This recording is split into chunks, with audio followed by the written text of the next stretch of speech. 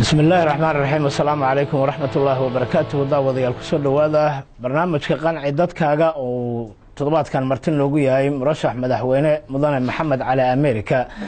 sida la socotaan 28 bishan December waxa lagu wadaa dalka Soomaaliya inay ka dhacdo doorashadii madaxtinimada taas ay u taagan yihiin musharaxiin aad u fara badan inkastoo beesha caalamku ay walaac ka muujinayso xubnihii xildhibaanada ahaa ee lagu soo doortay maamul goboleedyada dalka isla markaana ay suurtagal tahay in doorashadu mar saddexaad iyo mar afaraad ay dib u dhacdo taasna dad badan ayaa walwal waxay ka muujinayaan qaabka musharaxiintu ay fursad ugu heli karaan doorashada sanadkan iyadoo inta badan lagu eedeynayo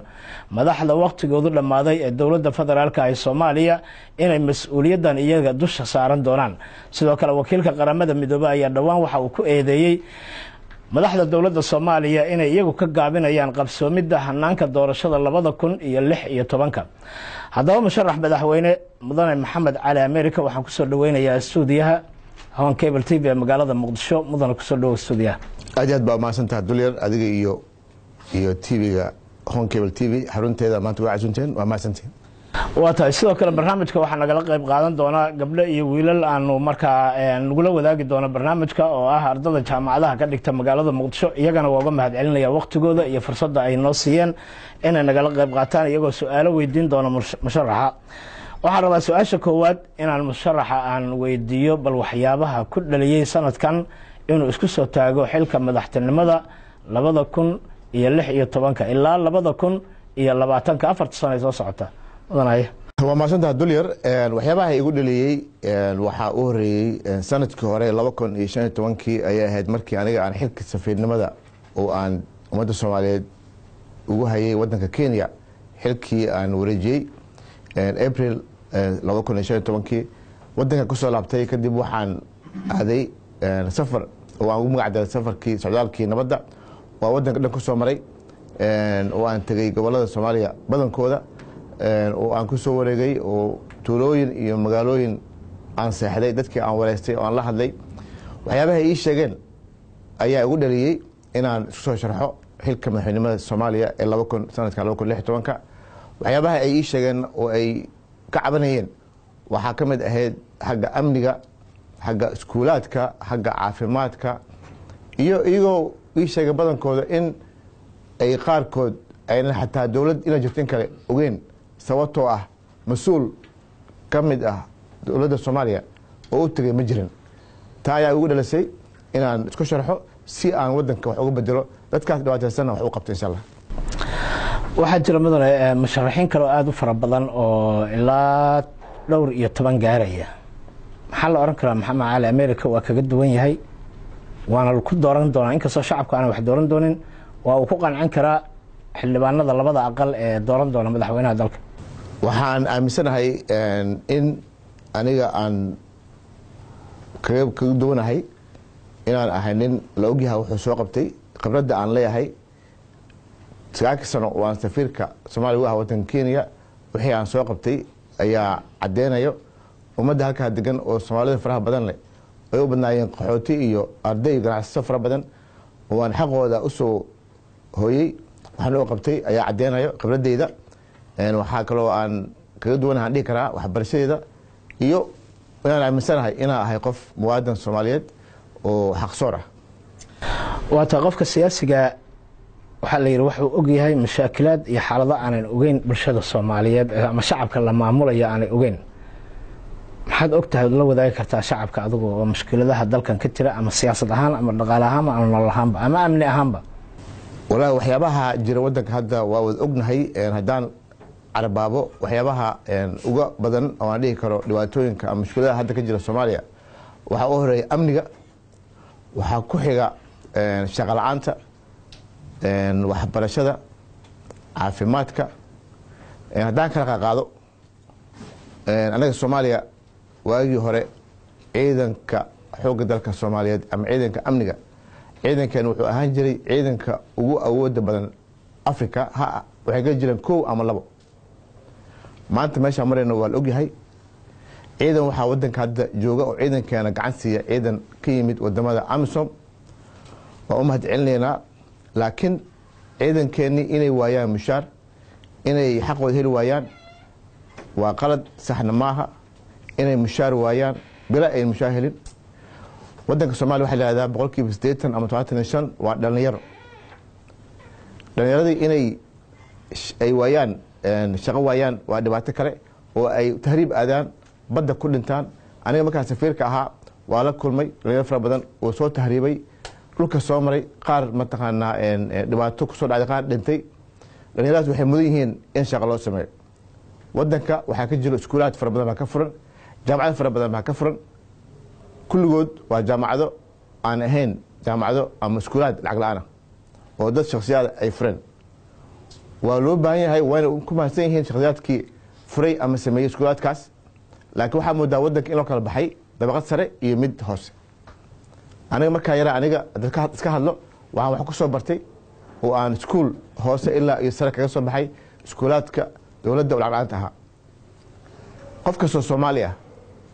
wiil ama gabar Soomaali ah waxay mudan yihiin inay helaan iskuul lacag la'aan insha taala haddii aan madaxweyne noqdo waxyaabaha aan ka bilaawi doono ayay ka mid tahay in waxbarashada lacag la'aan laga dhigo amniga kadalika waxaan aaminsanahay haddii lacagta dowladda soo gasho ha ka soo gasho canshuuraha ama kuweena si aan wadamada saaxiibadaan nahay haddii si fiican loo maamulo oo aan la masuqmaasuqin in ciidankeena ay helayaan xaqooda mushaarkooda la siin karo haddii la siiyana waxaa dhacaysa in wadanka ay xoreyn karaan ciidanka waxaan ku ammaanayaa oo kale oo Soomaaliyeed ayagoo hadda saas u dhibaataysan oo aan xaqooda helin ay habeen maalin u taagan yihiin inay wadanka difaacaan marka insha Allah taala xaqooda ayaan siin doonaa ta kale dhalinyarada ayagana insha Allah taala shaqo ayaa loo abuuri doonaa shaqo abuurkana wuxuu ka imaanayaa markii lacagta soo gasho Soomaaliya dowladda soo gasho si fiican loo maamulo oo mataqaana aan la masuqmaasuqin qaxootiga ku badan Soomaaliya ama kuwa gudaha jooga ama kuwa dibadda jira qaxootiga hadda meesha joogno mataqaana magaalada Soomaaliya hadda Muqdisho waxaa ku nool si la sheegay 1 milyan dad ku dhow oo barakacyaal ah meeshaan la yiraahdo sayidka ama beerta waxaa ku nool qaxooti ama dad barakacyaal aad u fara badan wax yar markaad ka xagan waxaa ku taalo madaxtooyada Soomaaliya madaxda Soomaaliya maalin kastoo waxay soo hormaraan dadka masaakiinta wali lama sheegin qof madaxa intuu istaagay laakiin golaha shacabka uga sokeeya golaha shacabka madaxda waxaan ka waday golaha shacabka baarlamaanka madaxtooyada ku soo xigta xafiiska ra'iisul wasaaraha kii madaxweynaha wali lama sheegin qof madaxa intuu istaago ama meesha intuu tagay oo masaakiinta wax qabta xaqay leeyihiin in wax loo qabto in wax la siiyo kuwa waxa ka dara kuwa kale ku nool magaalooyin kale ama tulooyin kale iyo dibaddaba Kenya saan sheegay ilaa 400,000 oo qaxooti ayaa ku nool xaqay leeyihiin in wax loo qabto in wax la siiyo waxa leeyahay la soo celiyo qaxootiga mataqaana dawlad jira kuwa gudaha ku jira waa in laga bilaabo marka hore wax loo qabto waay insha taala ayagana xaqooda waa la siin doonaa inta badan siyaasiyiintu marka ay musharaxiinta yihiin ama ay hadlayaan waxay ballan qaadaan hadallo aad u wanaagsan waxyaabo fiican waxqabad laakiin maalinta ay kursiga ku fadhiistaan albaabada xirtaan wixii ay ballan qaadeenna ma fuliyaan maxaa kaaga qorshaysan arrinka waana dhaqan madaxdeena kaga baranay aniga hadda isma fahaninayo laakiin dadkii garanaya ayaa garanayo markaan safiirka ahaa oo aan joogay Kenya anigoo safiir ah xafiiskayga hal maalin lama xirin ballanna dadka Soomaalida ma dhihi jirin loo sameeyo dadku u furnaa insha Allah taala aniga haddii aan noqdo madaxweyne saas ayaan sameyn doonaa dadkana mataqaana waa la kulmi doonaa xaqooda waa la siin doonaa insha Allah waa hagaag kolley waa loo joogaa waa waqti yar hadda naga xiga doorashadaada barnaamijkaaga siyaasadeed ee aad rabto inaad ku tartanto nala wadaag barnaamijka siyaasadeed saadaay sheegay aniga waxyaabaha ugu horeeyo hadoon wadan nabad ay ka jirin oo amni aan lahayn wax soconaya ma laha wax la qaban kara ma laha amniga ayaan muhiimadda saaran doonaa waxaana ka bilaaban doonaa in saan sheegay aan ciidanka Soomaaliyeed xaqooda la siiyo tababar fiican mushaarkooda la siiyo waxaan ku xijin doonaa saan sheegay in la sameeyo iskuulaad lacag la'aan isbitaal lacag la'aan waayigi hore Soomaaliya saas bay ahaan jirtay isbitaal mataqaana ayaa wadamada mataqaana magaalooyinka faraha badan leh Soomaaliya ku yaal jiray lacag la'aan tuulooyinka saasoo kale. hadda waxyaabihi aan kusoo arkay markaan ku jira socdaalkii nabadda ayay ahayd dadka ii sheegeen in gaar ahaan hooyooyinka uur kale ay dhibaato ka haysato, ay meelaha qaarkood maalmo u socdaan si ay u dhalaan. marka arrimahaas ayaan qaban doonaa. waxaa kaloo ugu muhiimsan xagga dib u heshiisiinta Soomaaliya. anigu waxaan aaminsanahay waxay u baahan tahay dib u heshiisiin dhab ah in la sameeyo. Soomaaliya waxaa la soo sameeyey 15 shirar oo dib u heshiisiin ah. ma dhahayo way xumaayeen ama qalad ahaayeen, laakiin waxaa loo baahan yahay in la sameeyo dib u heshiisiin lagu sameeyo wadanka gudihiisa oo ay Soomaali kaligood samaystaan oo la soo fariisto. Soomaaliya waa ognahay dagaalada sokeeye in dad walaalaha isdileen, wax iska dhaceen, mataqaanaa lees xumeeyey. dadkaas waxaa la rabaa in la isku yimaado sidii loo sameeyey dib u heshiisiinadii ka dhacay South Africa iyo Rwanda oo kale, annaga inaan samayn karno ayaa loo baahan yahay. muhiimad xoog leh ayaan saaran doonaa taas. waa tahay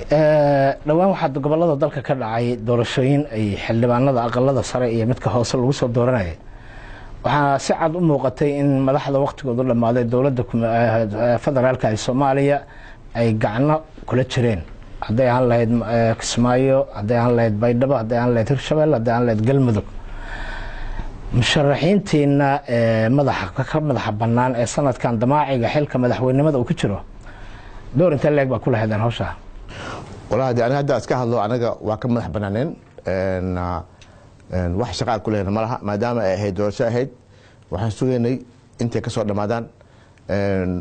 waxaan rabaa inaan u hambaleeyo musharaxiintii oo aan dhihi karo sida xaqa ah ama saxda ku soo baxay oo aad u badan. u hambaleynaya guddiga xalinta khilaafaadka dadban ayagana waxaan ka codsan lahaa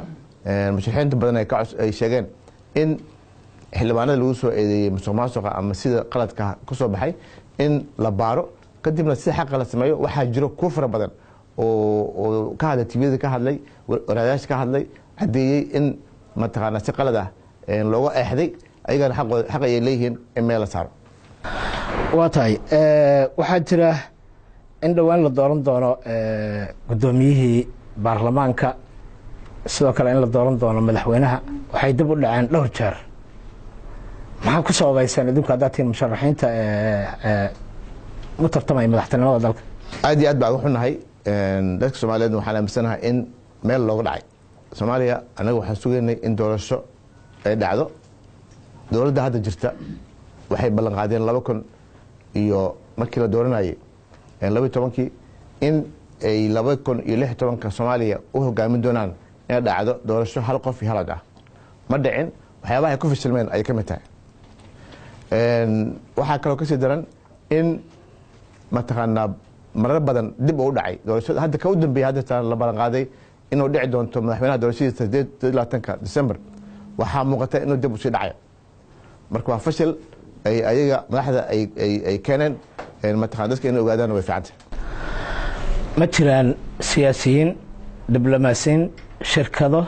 dalal shisheeye oo musharaxnimadaada ka taageeraya ama gacan ku leh ama kugu dhiirigelinaya? maya ma jiraan. aniga waxaa igu dhiirigeliyay kaliya waxa weeye saan sheegay dadkii aan la soo kulmay safarkan ku jiray oo Soomaaliyeed. waxaana wax ka sugayaa inay doortaan ama ay taageeraan Soomaali weeye. qof ajnabi ah ama shirkad ama wadan kale kama sugaayo. Soomaali ayaan ka sugaya inay taageeraan. oo cid kale hadda dhaqaalaad kaga tashanaysa ma laha? ma jirto cid waxay sii ma laha. ma waanay ku muuqan dhaqaalaha tirada badan leh ee xildhibaanadu ku soo baxeen oo sida cad muuqato ugu soo baxeen iyo midda hadda baarlamaanka wax dooran doona ay musharaxiinta ka rajaynayaan inay ka qaataan? wala hadda aniga waxaan aaminsanahay una baaqayaa xildhibaanada sharafta leh aqalka sare iyo kuwa hooseba in ay sanadkan ku doortaan madaxweynaha Soomaaliya wadanimadiisa, xaqsoonnimadiisa, daacadnimadiisa, laakiin ay ku dooran qof laaluush bixiya. maxaad is leedahay 2012 doorashadii ka dhacday halkan TFG-da dowladda ku meel gaarka looga baxayay iyo doorashadan 2016 waa ku kala duwan yihiin? waxay kala duwan yihiin habka loo soo doortay xildhibaanada. waa ogtahay kii hore waxaa soo doortay 135 oday dhaqmeed. haddana 51 ayaa xildhibaankii soo doortay oo ka duwan yahay. laakiin waxaan aaminsanahay hadda doorashadan la dooran doono madaxweynaha Soomaaliya inay ka duwanaan doonto. waxyaabaha la sheegay laaluushkana in ay mataqaanaa xildhibaanada sharafta leh aynan qaadan, aynan ku dooranin baxsi laaluush. hadda doorashada socota shacabka idinkama dhaga yara waa la socdaan waxa dhacaya. waa waxaa la leeyahay hebel waxaa wata imaaraadka, hebel waxaa wata turkiga, hebel waxaa wata kenya, hebel waxaa wata etoobiya. madaxda noocaasa oo ay dalal shisheeye wataan, sidee loo oran karaa waa dad Soomaaliyeed oo ummad Soomaaliyeed raba inay xukumaan waxna u qabtaan? waa ceeb waaye qof Soomaali ah oo musharax ah ama qof raba wadanka inuu hogaamiyo inuu yiraahdo hebel baa wata wadan baa wata mataqaana waa qalad waaye. aniga waxaan islaada marka danaha ay leeyihiin dalalkaas maxay tahay? Kenya kale waa la garan karaa, badda kamida Turkiga kale waa la garan karaa, waa miisaaniyadahan iyo dhaqaalahan iyo maaragtay istaraatiijiyad caalami ah oo jirto oo maaragtay dhinaca dagaalada la filan karo Soomaaliya adduunka inay ka dhacaan dagaal saddexaad oo kale tahay waxyaabo noocaas. maxaa laga filan karaa dalalka imaaraadka kale? waxaa laga filanaa inay dekedaha la wareegaan berbere iyo maaragtay dekeda Muqdisho lagu wareejiyo, hadda inay ciidamo tababarteen, in safaaradihii la dejiyay xeebihii waa la socotaa Turkiga imaaraadka. waxaasoo dhan marka aad fiiriso maxaa isleedahay Soomaali waa natiijay u tahay dadkaas taageeradooda waxa falcelis maxaa u noqon karaa? waxaa u noqon karo in xildhibaan sharafta leh ay doortaan qof aanan wadanin wadamadaas sheegaysa wadanin, qof dhahayo wata inuu wato Soomaaliya wato inay doortaan, sababtoo ah waxaa meel looga dhacaya qarnimada Soomaaliyeed, waxaa meel looga dhacaya sharafta Soomaaliyeed. wadanka Soomaaliya wuxuu u baahan yahay qof wadanka daacad u ah. ma la helayaa? wuu kor fadhiyaa. waa tahay haddii aad ku guulaysato doorashada, waxaa noo cad Soomaaliya arrimaheeda in faraha lagula jiro amniga, dibadsiinta, dhaqaalaha. sidee uga madax banaaneyn kartaa gacmo shisheeye siyaasadda Soomaaliya? waxaa loogu madax banaaneyn karaa Soomaaliya inay iyada ku tashato, in anaga aan aamino Ilaahay marka hore, inaan aamino in anaga wax qabsan karno. Soomaaliya waxaan leenahay xeebta ugu dheer Afrika, waxaan leenahay 2 webi oo waaweyn, qiraas baa ka buuxa. waxaan leenahay oo kale mataqaana waxyaabo badan oo wadanka noogu jira qiraad ah oo la soo saarin. waxaan aaminsanahay in haddii anaga ku tashano, haddaan aamino, haddii wixii aan helayno ama aan helno si xaq ah loo maamulo, si sax loo maamulo oo aan musuqmaasuqin, aniga waxaan aaminsanahay Soomaaliya inaan anaga isbixin karno, cidna u baahneen. wadamada hadda la sheegayaan ayaga ay noo imaan doonaan bari doonaan ayaa aaminsan, anaga ay waxba ka rabin. hadda ololahaaga doorashada intay socotay boorar waaweyn magaalada ku dhajisay, dabcan hoteelada dad kula shirtaa, qadaad bixisaa, space blutka dhaqaalaad wax ku bixisaa, saaxiibaad kasbataa. xagee ka heshay maaliyadaas dhaqaalahaas ku tartamayso? dhaqaalahaas waxa ay siiyey taageerayaal Soomaaliyeed oo ganacsato ah iyo dad kale oo caadi ah oo aniga i aaminsan inaan wax qaban karo oo Soomaali ah ayaa ugu taageeray. wax kale oo ajnabi gacan kuma laha? ajnabi wax gacan kuma laha, ajnabi wax kama rabo, mataqaana uma baahan, hadda uma baahan, Ilaahay ma baahan. wata siyaasadda waxaa la yiraahdaa waa qamaar oo qofku yani wax garanti ma haysto. hadda musharaxiinta tartamaya ah dhaqaalahan ay bixinayaan oo waxaan ka baxaya saaxiibtinimadan waxa garanti uma haystaan inay xilka qaadanayaan. adiga heer intee ka joogtaa kalsooni inaad gaari karto yoolkaaga ah madaxtinimada Soomaaliya? anigu isku kalsoonahay dad badan ay kula tartamayaan. anigu isku kalsoonahay, waxaan aaminsanahay in aniga noqon doono madaxweynaha Soomaaliya ee sanadkan 2016 ka duleelada. waa tahay dhanka kale culimada ee ku takhasusay mashaakilaadka inay xaliyaan ama khilaafaadka dalalka shucuubta ay ka dhacaan ama mushkiladuhu ay ka dhacaan, waxay inta badan ku soo koobaan inay 4 qodob ay tahay waxyaabaha ugu waaweyn ee ummadda lagu midayn karo. tusaale ahaan, ummaddu waxay midoobi kartaa marka ay hesho hoggaan daacada. ummaddu waxa ay kala tagtaa marka ay weyso cadaalad iyo horumar. adigoo ka hadlaya madaxtinimadaada, khilaafaadka bulshada Soomaaliyeed iyo cadaalad darrada ay tabanayaan ee meel walba ka jirta, xataa doorashada hadda ugu dambeysay beelo fara badana maalin walba meediyaha ka hadlayo, musharaxiin badana hadlaya, haddana waa dhagaha laga furaysanaya. waxaas waxay reebanayaan aana yar bay reebayaan oo cuqdad bay reebayaan. sidee waxaasoo dhan inta loo tirtiro Soomaali nadiifa oo xalaala oo madax ay ku kalsoon tahay aad u noqon kartaa, uguna hogaamin kartaa? warka Soomaaliya hadda waxaan aaminsanahay inay ka dhiman tahay oo loo baahan yahay in la sameeyo maxkamado caadil ah. maxkamado caadil la sameeyo, dadka u xaq soora, dadka xaqooda siiya in la sameeyo loo baahan yahay. mid kale Soomaaliya hadda anaga waxaan qabnaa, waan leenahay maamul goboleedyo ayaa leenahay oo hadda kii u dambeeyay la sameeyay Shabeelle. waxaa kaloo loo baahan yahay inuu jirto kala dambeyn iyo xushmeen. taa waxay imaanaysaa markii dadka ay ka arkaan dowladda markaa jirta iyadoo xaq ku shaqeynayso. laakiin haddii dowladda xaq ku shaqeynaynin oo laaluush mataqaan lagu eedeynayo, wax soconaya ma jirto. anaga waxaan hadduu ilahay raada lii doorto waxyaabaha aan la dagaali doono ugu horeeyo waxaa ka mid ah musuqmaasuqa iyo mataqaana lacagta in la dhaco. ganacsatada Soomaaliyeedna waxaan ugu baaqi lahaa ayagana inay canshuuraha bixiyaan. ayaga sababta hadda isku celcelinayaan waxaan aaminsanahay waxay arkayaan waxyaabaha la sheegayo oo laaluushka iyo lacagta musuqmaasuqa la qaadanayo. haddii ay bixiyaan canshuuraha oo loo adeego wadooyinka loo sameeyo lacagta la qaada lagu bixiyo ciidamada lagu sameeyo isbitaalada iskuulaad waxaan aaminsanahay in wax fiican waddanka ka soo baxayaan. waa tahay waxaan gordhow la wadaagi doonaa martida barnaamijka. waxaan jeclaan lahaa qof walba marka uu su-aal weydiinayo murashaxa in uu istaago magaciisana sheego su-aashiisana soo koobo. hal su-aalaan laakiin ka hormarsanaya intaad diyaar garoobeysaan. mudan musharax waxbaad sawiranaysaa amaad ku riyoonaysaa inaad noqoto madaxweynaha Soomaaliya. haddii aad madaxweynaha Soomaaliya noqoto mushaar intee leeg baad filanaysaa inaad qaadato ama aad ka qaadato dowladdaada? walaal mushaarka hadda waxa aad ula yaabaa budgetka ama miisaaniyadda Soomaaliya sanadii u dambeeyay iyo mushaarka la siiyo shaqaalaha dowladda Soomaaliya in lagu saleeyo dollar. waxyaabaha aniga aan bedel doono ay ka mid tahay waxaan aaminsanahay in Soomaaliya loo baahan yahay in la soo celiyo sharaftii lacagteena aan lahayn shilinka ahayd. hadda aniga mushaarka uu qaato madaxweynaha ma garanayo laakiin intuu qaato uun baan qaadan doonaa hadii la yiraahdo. waa wax record garaysan madaxda caalamka oo dhan mushaaraadka ay qaataan waxaa jira list lagu qoro.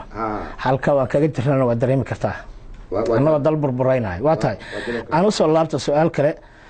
haddii aad ahaan lahayd madaxweynaha Soomaaliya sanadka markuu 1980 ilaa 91 oo la sheego inay tahay 10 sano ee madaxweynihii geeriyooda Allah u naxariistay Maxamed Siyaad Barre ay wax badan ka qaldameen. haddii aan la dagaalkii 77 haddii aan la dagaaladii meelaha dhex ka dhacay haddii aan la jabhadii abuurmay waqtigaas marka haddaad ahaan lahayd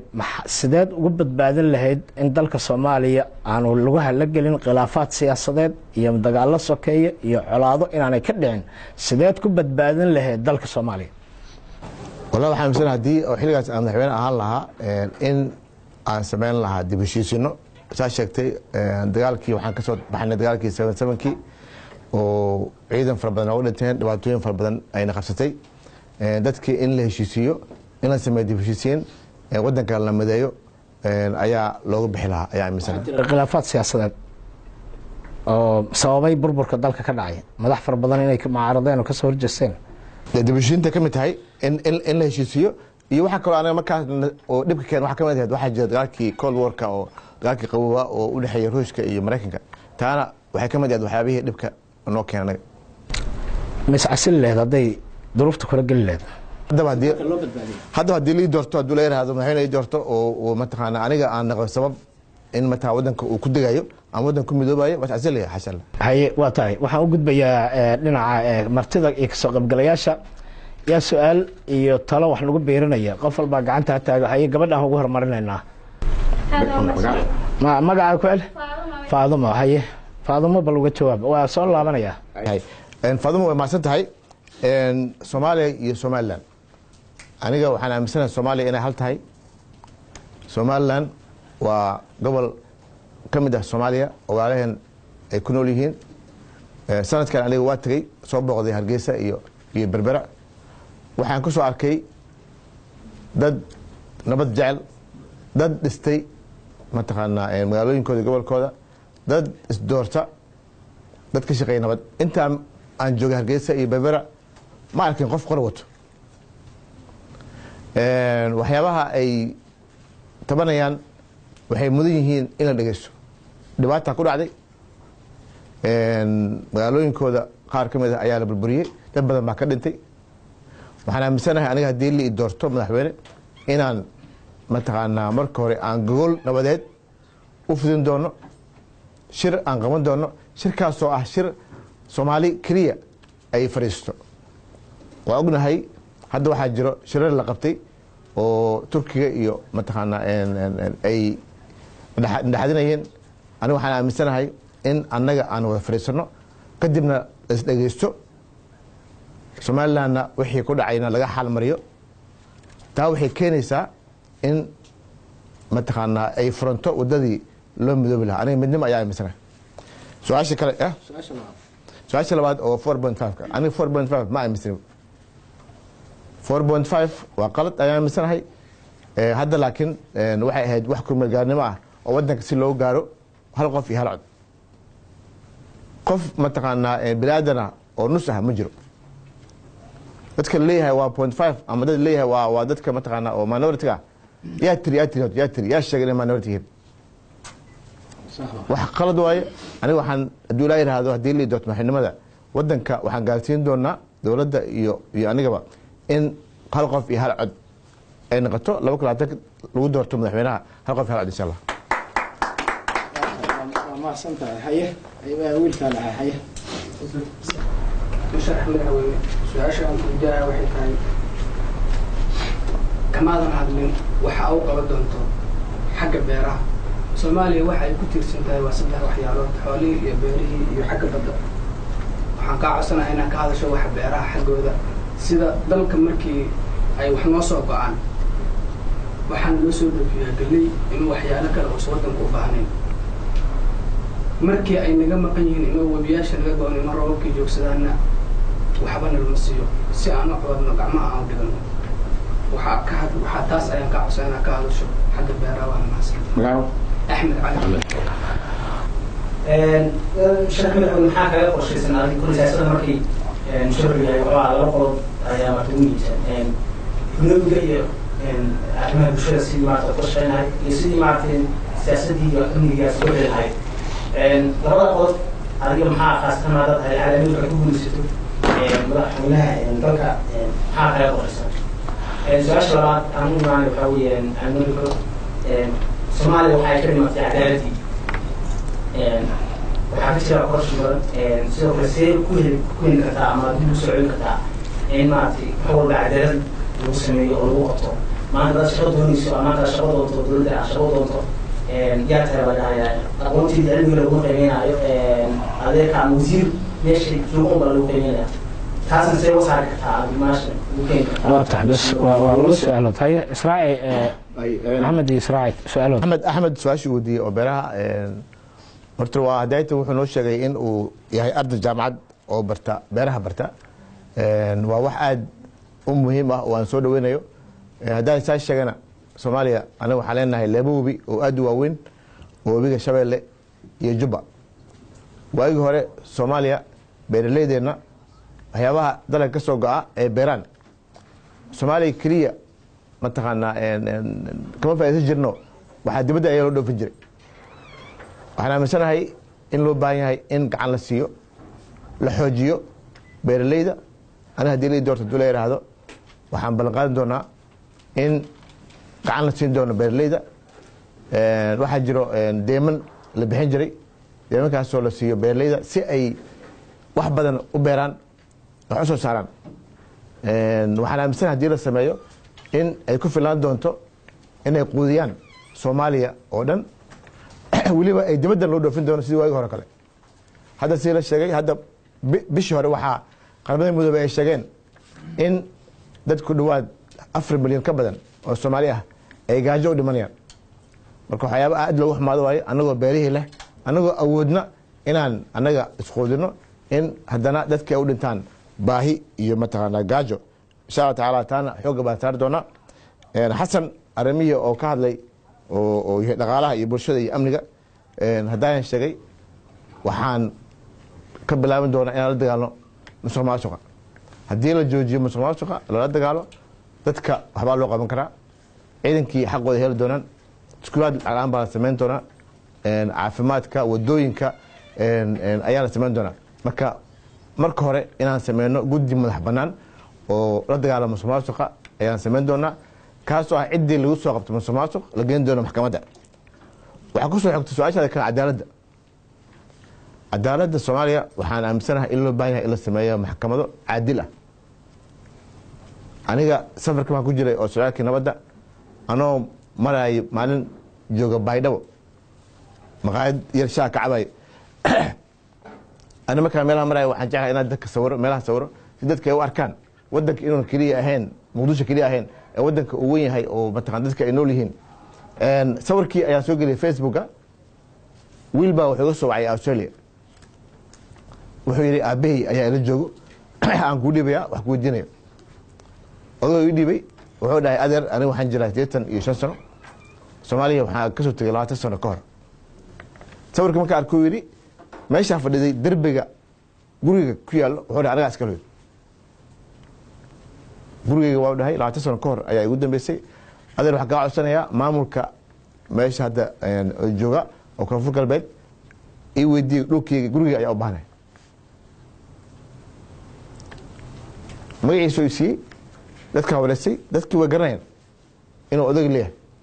maamulkii iyo asaas ku xiray in ma taqaan wixii la siiyo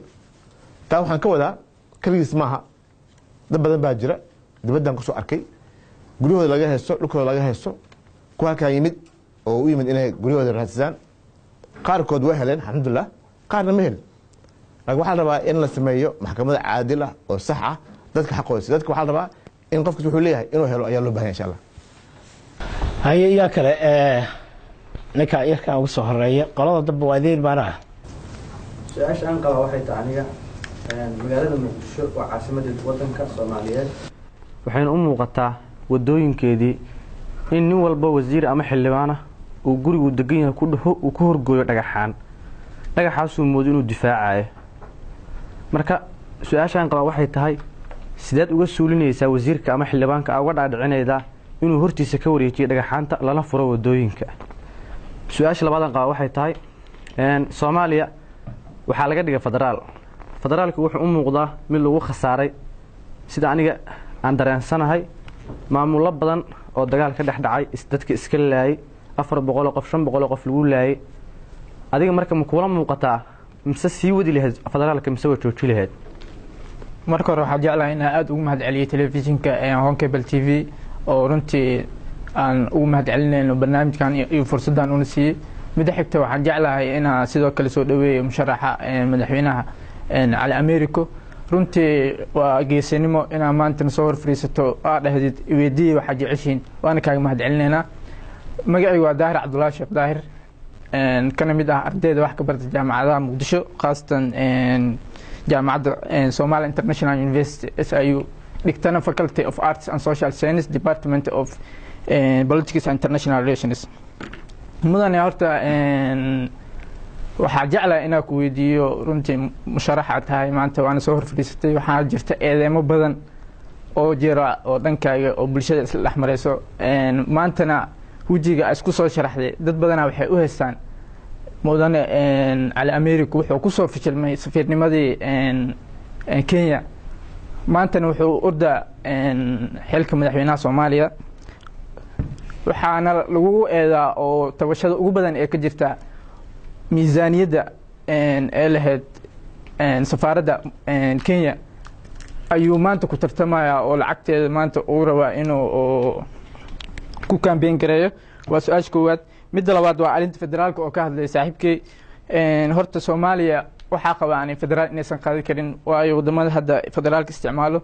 sida Mareykanka oo kale waa dad kala diin ah kala dhaqan ah dad badan ka kooban laakiin Soomaaliya waa dad isku diin ah isku dhaqan ah oo waa wiil iyo walaalkii iyo dad isxiga waaba dhacdo federaalka waa la qaatay maamulada la sameeyay hadda meesha ugu darneedo ahayd caasimadda Muqdisho waxaa jirta in la dhahay maqaam ama matalaad ma laha maxaa kaaga qorshintaas ayadana waa laba su'aal aad u waaweyn waay marka waasaan ku hakinaynaa marka haye marka hore Cabdinuur soo sheegay wadooyinka hadda Muqdisho waa run ana idin ku soo arkay shalay ugu dambeysay meel la xiriir arkay xaafadaha qaarkood xataa ma mari kartid oo waa waxyaabaha loo baahan yahay in la saxo dadka in ay istifaacaan waa waajib waaye laakiin dadka kale masaakiinta yaa difaacay qofka miskiinka guri ku jiro asan guriga mu xiranaya muxuu dhiganaya mataqaanaa dhagax iyo derbi waxaa la rabay oo loo baahnaa in ciidanka la xoojiyo hadda waxaa shay ka mid ahayd dhibaatooyinka la haysto ugu weyn waa ciidanka xoogga dalka Soomaaliyeed ama ciidamada amniga oo aan xaqooda la siinin waa qofka ciidanka ah haddaan wax xaqis la siinin soo ilaalinaya mataqaanaa wadanka iyo magaalada laakiin wadooyinka ila xirana mataqaana dhiga dhagax iyo caro ayadana nabad bay keenaysaa ma keenayso dadka ku dhibaatoosanaya meel la mara ma laha arrintaas waxaan rajeynayaa mataqaana maamulka gobolka banaadir iyo dowladdaba in wax laga qabto dadka waa in loo fasaxaa waa inay meel kasta mari karaan amnigana haddii la ilaalinayo amniga xildhibaanka ama wasiirka ama qofka u shaqeeya dowladda ka kale oo miskiinka ah oo ardayga amase shaqaalaha ama ganacsada xaqi u leeyahay in la ilaaliyo amnigooda marka amniga waa in la wada ilaaliyaa arrintaan ku soo jeeda aniga waa baabil lahaa waddo la xiri kara ma jirto in la xiro maaha mataqaanaa in la iska xirtana maaha insha allah taala waa baabilna haddii aniga lii doorto daahir wuxuu yidhi waxaa lagu eedayaa inaad miisaanada safaaradda federaalka ka horeeya ninka federaalka arrinta federaalka aniga waxaan aaminsanahay soomaaliya hadda federaal waa leenahay madax baa la sameeyey maamul goboleed la sameeyey laakiin waxaa kasii muhiimsan oo loo baahnaa oo hadda la samayn karaa in dadka la bara marka hore maxay tahay federaalka faa'iidadiisa iyo khasaaradiisa maxay tahay dadka in loo sheego ayaa loo baahnaa waxyaabaha hadda su-aalaha aa qabtiin keenaya waxaa ka mid ah dadka soomaalida looma sheegin looma fasirin lama barin waxay tahay federaalka aniga federaalka faa'iida leeyahay qabaa laakiin in la isfahamsiin waayo la isku sheego xaqay leeyihiin dowladda dhexe maxaa ka dhexeeya hadda waxaa moodaa inay wada siman yihiin federaalka iyo dowladda wada siman yihiin wakitaana insha allah tacala waxbaa laga qaban doonaa daahir wuxuu yidhi waxaa lagu eedeeyaa miisaaniyadii safaaradda soomaaliya aad ku sharxaysaa haddii wax badan aan lahayd mataqaana waa wax kale aan lahayd laakiin waxaas waxba kama jiraan haddii jiraan caddeemada hala keeno waa la is eedeyn karaa laakiin waxaan rabaa in la keeno proof iyo waxad safaaradda aniga waxaan ka soo shaqeeyey oo aan bilaabay 2006 safir waxaan noqday 2007 safaaradda way xirnayd dagaalkii sokeeye ayaa la xiray waxaan kasoo bilaabay meel ibra waxaan u doodnay dhulkii soomaaliyeed oo dhacay waa ogtihiin oo safaaraddii oo nin safiir ahaan jiray soomaaliya u ahaan jiray soomaaliya 94 si qalad ah oo illegal ah ku iibsaday 4 sano u doodeynay oo aan maxkamad u tageynay waan soo celinay hadda calankeen ka taagan yahay oo dhulkeeni uu yahay waxaa mudanahay in la amaano marka in wax laga adeemaa صح waa taas oo kaliin waa laakiin waxaa jirta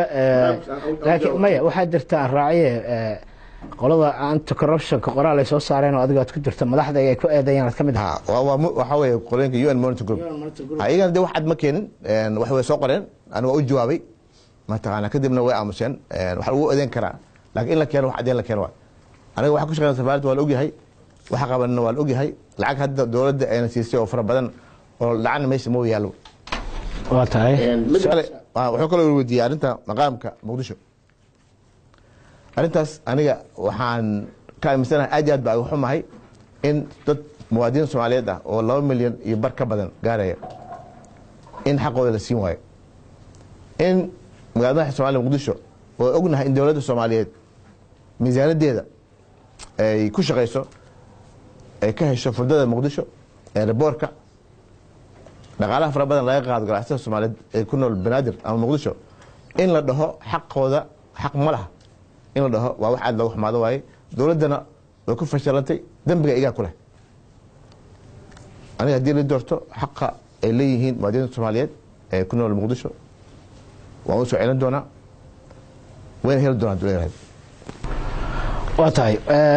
waxaan gadaynaa marka su-aalo kale miyaa la raacinayaa haye wiilkaasi haddaan su-aasheeda ku weydiiyo magacayga qaasim jaamac cali waaye waxaan dhigtaa jaamacadda SIU waxaan ka bartaa facultyda maamulka iyo maareynta haddaan su-aal ku weydiiyo mudane maxaa ka qabanaysaa faragelinta wadamada shisheeye ay ku hayaan waddankana Soomaaliya su-aasha loo rabo inuu ku weydiino aan ku raaci doonno waxay tahay waxaa jira waddanka Soomaaliya inay awl hore u burburiyeen dowladaha Itoobiya iyo Kenya isla hadda hertaana waxa dhacayda dowladda awl burburiyay waddanka inay dhisayaan ciidamada hadda ay tababaraan ciidamada tababare ay furayaan maxaa ka qabanaysaa hadii ka qorsheysan wadamada marka hore waddanka burburiyay ciidamadii burburiyay hadda hertaana dhacaya waddanka dhisayna ciidamadan dhisayna maxaa ka qorsheysan waa maasantahay faragelinta ciidamada wadamada shisheeye ayuu sheegay adiga markii aad waddanka markuu asaga ismaamulo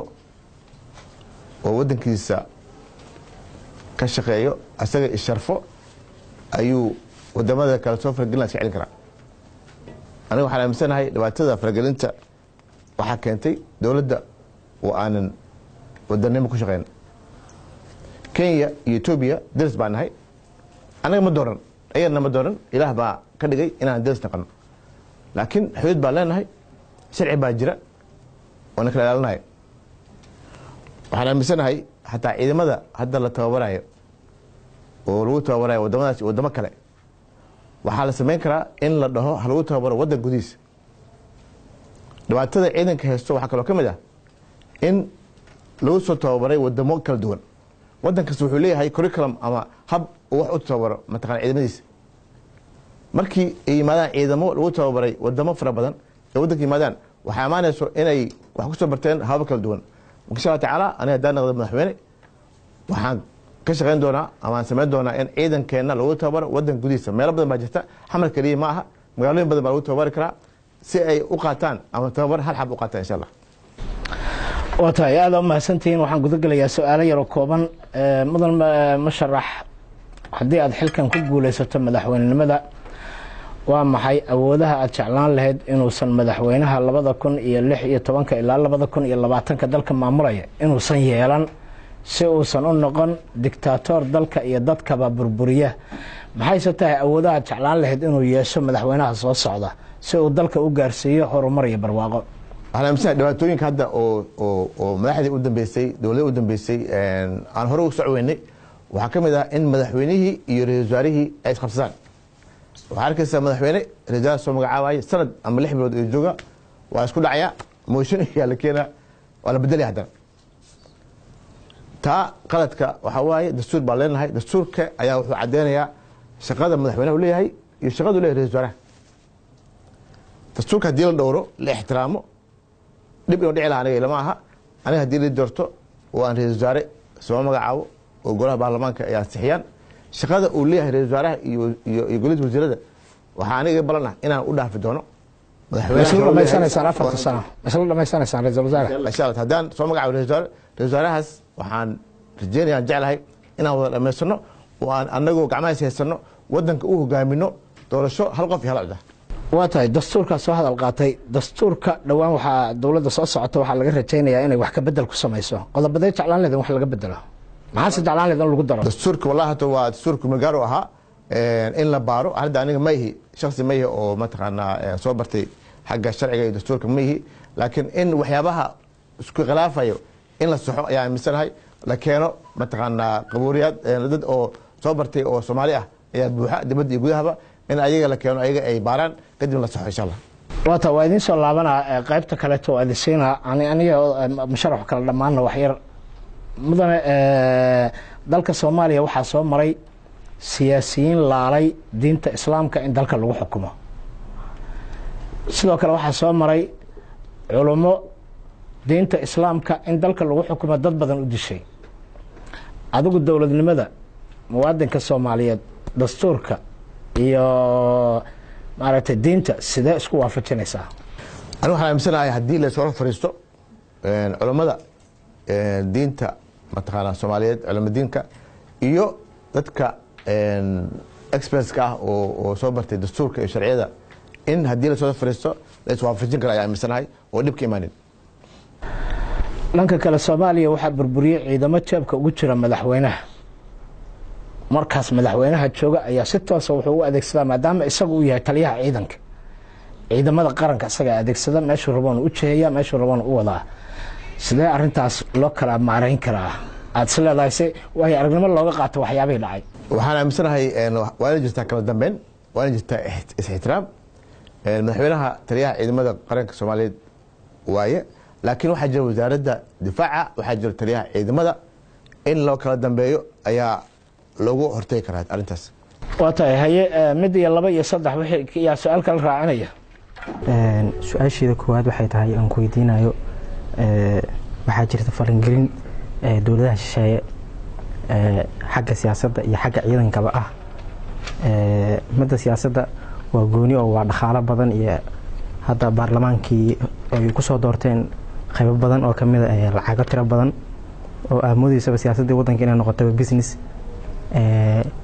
wayna dhiman tahay oo qaybaha ka mid ka tahay oo doorashada labaad sugaya inay sugayaan dhaqaalahaas iyo wajahad kaloo ka duwan. Midda ciidamada, adiga waxaa jira ciidamo badan oo kala degan magaalada Muqdisho oo imaaraadka sida Ameerika ciidamadooda oo kaleeto lana leeyahay waxaa laga adeejiyaa Soomaaliya ee madaxtooyada Soomaaliya. Adiga ciidamada Soomaaliya ma midayn kartaa oo qorshe ma kaaga degsan yahay ku midaynayso? Su-aasha labaad aan rabo inaan weydiiyo musharax Cali Ameeriko waxay tahay siyaasad hore waxaa jirta fila Soomaaliya ka socotay oo ah maamullo wadamada loo sameynayay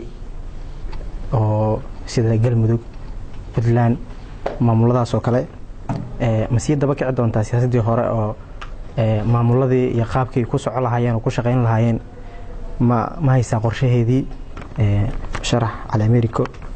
waana ka baxay. aad u adagaan u malaynaa ما أتكلم كسالين جاوز واحد يعني أفتح أبو ماسين هاي أنت فرقنت السياسة أو فرقنت ودمان الشيء أو وحي سياسة ده إذا ما أو واحد لو ما ذوي إن حتى قف موادن سوماليات أو سياسية لا هاي ودن الشيء أما أدهون ودن الشيء سودنك أو معمول واحد لو ما ذوي وحنا رجينا حلوانا شافت له كسره يكون هوسه in arintaas ay ka dhidhiyaan in ayna dooran qof wadan shisheeye wax u raadsanayo ay doortaan qof wax u raadsanayo oo ummad Soomaaliyeed wax ka baryayo oo sheegayo inuu wadanka u shaqeynayo ay u doortaan insha Allah taala. Arintan waxaa laga hortagi karaa inuu yimaado madaxweyne Soomaaliyeed oo daacad ah oo aan wadan shisheeye ku xirnin. Tan ciidamada kadaalika waa isku mid waa. Anigu waan qabaa markii wadan inuu uu sameesto ama uu la heshiiyo ama uu la saaxiibo wadan kale oo saaxiibo leeyahay in gacan ay ku siiyaan. Taa macnaheedu ma aha siyaasadii iyo ciidankii wadanka iyo amniga wadanka oo dhan in ayaga ay la wareegayaan ma. Wadan aniga gacan wuu sii karaa, wuuna tababari karaa, mataqaanaa dad wax tababar wuuna keeni karaa, dhaqaale wuuna siin karaa. Laakiin waxaas oo dhan ma aha inay ku xirnaadaan conditions ma aha. in wadanka la wareegaan ma marka taa insha Allah taala waa la dagaal doona midda maamul goboleedyada daaim waa sheegay Soomaaliya waxaa aaminsanahay in la sameyn karo la sameeyo in dadka la baro federaalku waxay tahay wadamada ama maamul goboleedyada oo ay sheegtay Puntland iyo Galmudug waa labo maamul goboleed oo la hawaayo daris ah labadaba aniga waa tagay waa soo maray gaari baan ku soo maray kaakacayo kale waxa degan waa la degan oo wadagana qarniye wadagana waliba markaan dhanka ka imid Puntland waan dhanka imaaday maxaa la Galmudug دربي iyo mataqaana wax yaala ma ka gadayso ha wax u dhaxay ma inta ka soo baxay xaga tiisa marka arinta insha Allah taala ayaga laga rabaa dadkaas oo walaalaha oo culmaadiinka iyo siyaasiyiinta iyo odayaasha inay midoobaan oo hal noqdaan insha Allah taala oo tahay waxa soo gaarnay qaybihii ugu dambeeyay gabagabadii barnaamijka gabadhanaas gacan taaganaysaa su'aasheeda waxa waaye saan u wada ognahay gabdhaha Soomaaliyeed waxa baarlamaanka laga siiyay 30% adiga ahaantaada maxaad leedahay fikrad ahaantaada? Okay amina waa arin waxa kala waajisay oo sax ah aniga waxaan aaminsanahay ilaahay ka sokow laga sokay ma ku dhacay iskaashameeyay waxaan ku badbaadnay oo na badbaadiyay waa gabdhaha Soomaaliyeed oo ognahay gaar ma ku dhacay kadib gabdhaha ay ahaayeen kuwii shaha iibinay ilaa hadda shaha iibiyo shirka gaday wadooyinka taagan ganacsi sameeyay si ay guryahooda iyo ilmahooda wax u helaan marka xaqooda in la siiyo waa waajib 130% in la siiyo waa soo dhaweynaya waxaan aaminsanahay waliba in ka badan la siin karo aniga hadii la doorto dowladda mataqaanaa ra'iisul wasaaraha magacaawda dowladda dhis doono waxaan mataqaanaa aan kala jeerayaa in gabdho badan ay ka noqdaan golaha wasiirada dowladda soo galaan xafiiska madaxweynaha cusub insha Allah taala gabdho badan baa ka shaqaysan doona waa arin fiican waa gabagabada waqtiga naga dhacay laba su'aal oo kala taan aan musharax rabaa inaan ku soo geeyo adin mahad celinayaa madana musharax waxaan soo gaarnay qaybihii ugu dambeeyay barnaamijkeena waa kaaga mahad celinaynaa waqtigaaga iyo fursadda aad siisay su'aalaha ugu dambeeya waxaan rabaa inaan ka dhigto su'aal meelaha banaan buuxi la yiraahdo anaa iskoolaadka hadda ardada jaamacadu waa dhigtaan aan u malaynayaa meelaha bannaan buuxi waa dhaashdhaashte marka haddii lagu doorto waxaan ahay musharax waxaan rabaa inaad dhammaystirto dhaashdhaash waxaan ahay musharax daacad ah wadani ah xaqsoore ah waxaan idiin qaban doonaa waxaan ummadda Soomaaliyeed qaban doonaa inaan soo celiyo sharaftii aan lahayn Soomaaliya iyo xaqeeda insha Allah ha dooranina musharax loo shibaash ha dooranina musharax Soomaali aan ha dooranina musharax ka raadsada lacag iyo mataqaanaa taageero wadamo shisheeye si kooban marka waxaan noogu sharaxdaa xaaladaada dhaqaale ee hadda iyo midaada caafimaad alxamdulilah rabbil caalamiin waa caafimaad qaba aniga waxaan jiraa 54 sano xaas baan leeyahay caruur baan leeyahay maasha Allah 4 wiil iyo 4 gabar wiilkii guursaday hadda wiiga hore awoo naqarba insha Allah taala marka alxamdulilah waa caafimaad qaba wax dhibo ma qabo dhaqaalaheedii alxamdulilah waa fiicana gabagabadii shacabka Soomaaliyeed iyo dhalinyaradan jaamacadaha dhigta ee mustaqbalka dalka ka sugaya waxay isha ku wada eegayaan waxa dalkooda ka socda musharaxiinta tartamaysa siyaasaddu halka ay saldhigan doonto 2016 wixii ka dambeeyay xagee reerku geedo u yahay waxaan rabnaa bal xog ogaalnimadaada iyo musharaxnimadaada iyo siyaasadnimadaada inaad noola wadaagto inta ku hor fadhida iyo inta ku daawan doontaba xaaladda Soomaaliya halka ay u socoto doorashadu ma dhacaysaa 18ka maxaa socda wadanka what's going on maxaa ka socda maaragtay maxaa la filan karaa welcome waa maasantahay dulir hortoro waxaan ugu bishaareyn lahaa dhalinyarada Soomaaliyeed hadda kuwa horta fadhiya iyo kuwa kaleba haddaan saan sheegay 80% ayaa lagu tilmaamay inay yihiin dhalinyarada Soomaaliyeed waxaan aaminsanahay in ay yihiin lafdhabarka Soomaaliya waxaa la dhahaa dhalinyarada waa mustaqbalka siyaasiyiinta ama hogaamiyaasha mustaqbalka aniga waxaan dhihi karaa hogaamiyaasha maanta waa maanta inay qayb ka qaataan waaye hogaaminta wadanka Soomaaliya xaqay u leeyihiin aniga haddii la doorto iyo dowladeedaba waxaan ballan qaadayaa in aan shaqo u abuuri doono in aan iskuulaad mataqaanaa iyo waxbarasho aan u heli doono in ay wadankooda inay joogaan aan ka shaqayn doono in dowladda ay mataqaanaa shaqaalaheeda ay ayaga ugu badnaan doonaan si ay wadanka u hogaamiyaan haddii la yiraahdo Soomaaliya hadda doorashadii waxay ahayd dhacdo markii saddexaad markii afraad December 28keedii aniga ma aaminsan dhici karto sabab badan awgood dambiga hal lahaadaan dowladda hadda mataqaanaa waqtigeeda dhamaaday laakiin waxaan rabaa in hore loo socdo aniga rajada way fiican tahay waxaan aaminsanahay waxaa la dhahaa wixii daaqeera ku jira intan ilaahay khayr noogu dhigo in dowlad caadil ah oo daacad ah ay dhalato la doorto taasoo wadanka dhibkan ku jirno ka saari karno waxaan loogu bixi karaa midnimo Soomaaliya aniga waxaan aaminsanahay haddii la midoobo gacmaha la isqabsado la iscafiyo in wax la qabsan karo wadanka wuu naga weyn yahay wuu naga badan yahay safarkan ku jiray والله ما روحت عن سعودة لبس عن قاري كودي عدل واحد واحد جملا وإبر مركو حنا مثلا هاي إن أنا ودنك ونجوي هاي نجب بدني هاي لكن لو باين كريه بالنمذي يصبركي إن أنك واشتغل إن شاء الله ودنك هذه هذا ما صنته كأجل ما علينا وقت يعني guud ahaan daawadayaal barnaamijkii qanci dadkaaga oo toddobaad kan martin loogu ahaa musharax Maxamed Cali America horena uu ahaa safiirka dowladda Soomaaliya u fadhiya wadanka Kenya inta ayaan ku soo gaabinaya uga mahadcelinayaa musharaxa waqtigiisa iyo fursadiisa waxaan u rajaynayaa guul iyo inuu markaa ku guuleysto hamigiisa sidoo kale waxaan u mahadcelinayaa dhalinyarada educator-ka ama jaamacadaha dhigta ee hadda nagala qayb galay barnaamijka weliga gabdhaha farsamo yaqaanada sidoo kale barnaamijkan waa u mahadcelinaya dib intaan u kulmi doono barnaamij caynkan oo kale taana nabadgelyo